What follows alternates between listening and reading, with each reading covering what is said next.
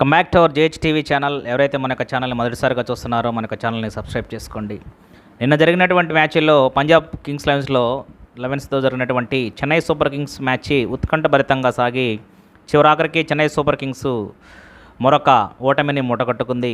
మొదటగా బ్యాటింగ్ చేసినటువంటి పంజాబ్ కింగ్స్ 11 దాదాపు బిగ్ స్కోర్, ఆల్మోస్ట్ మంచి స్కోర్ను చేసిందన్నమాట. 220 పరుగుల్ని చెన్నై ముందు టార్గెట్ ఉంచడం జరిగింది.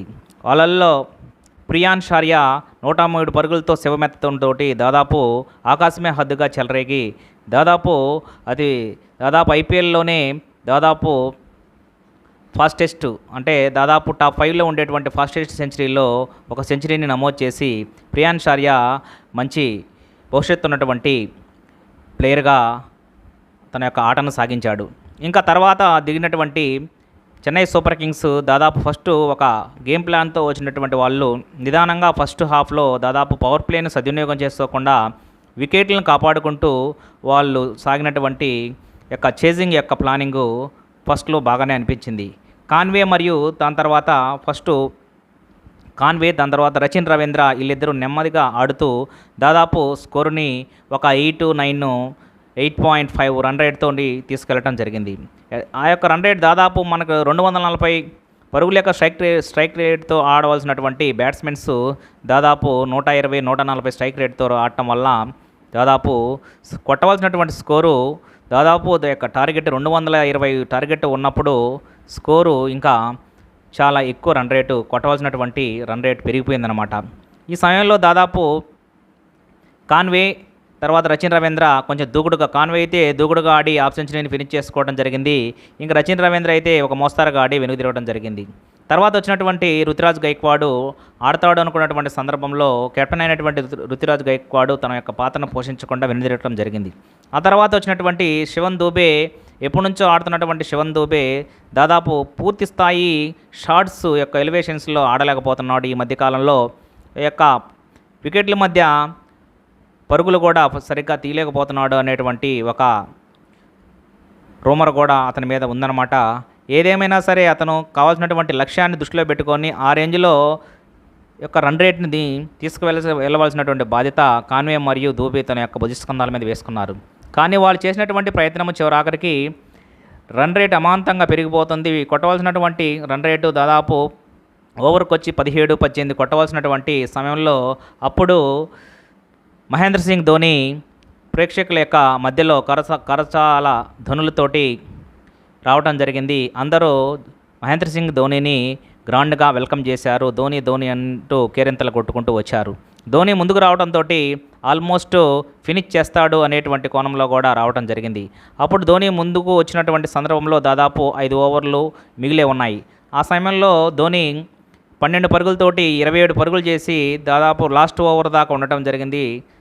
కావాల్సినటువంటి స్ట్రైక్ రేట్కు సమానంగా 240 స్ట్రైక్ రేట్ తోటి ఆడుతూ యొక్క స్కోరుని పరిగెత్తించాడు. కానీ అతను చేసినటువంటి పరుగులు చెన్నై విజయానికి దోహదపడలేదన్నమాట.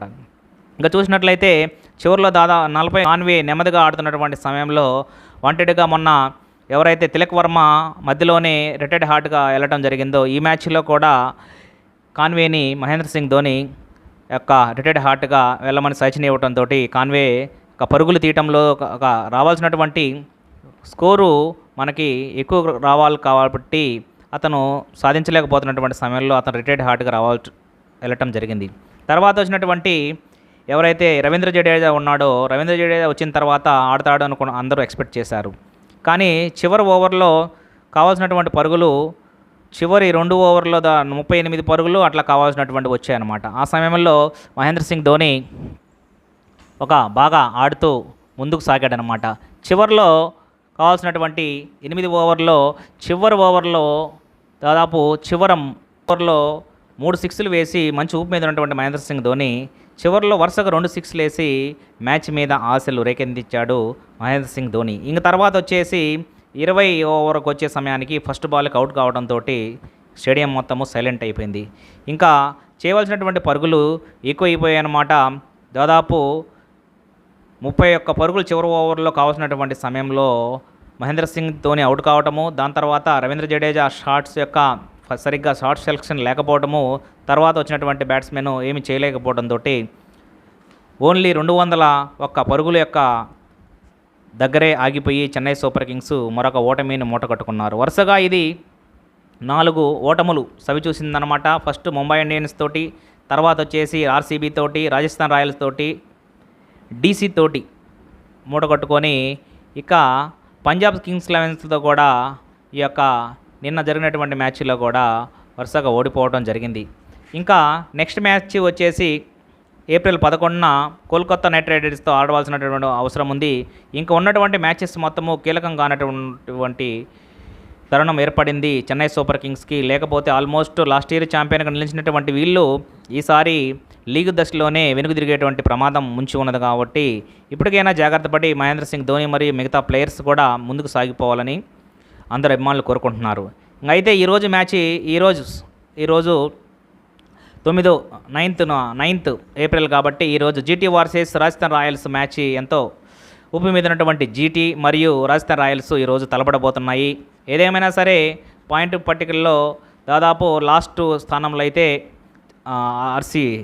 సన్ రైజర్స్ హైదరాబాద్ ఉంది. సన్ రైజర్స్ హైదరాబాద్కు ముందు చెన్నై సూపర్ కింగ్స్ చేరుకున్నాయి. ఈ యొక్క టీములు ఎలా ముందుకెళ్తాయి అనేటువంటిది కూడా మనం వేచి చూడవలసిన అవసరం ఉంది. వీడియో కానీ మీకు నచ్చినట్లయితే లైక్ చేయండి, షేర్ చేయండి, సబ్స్క్రైబ్ చేయండి. Thank you and all.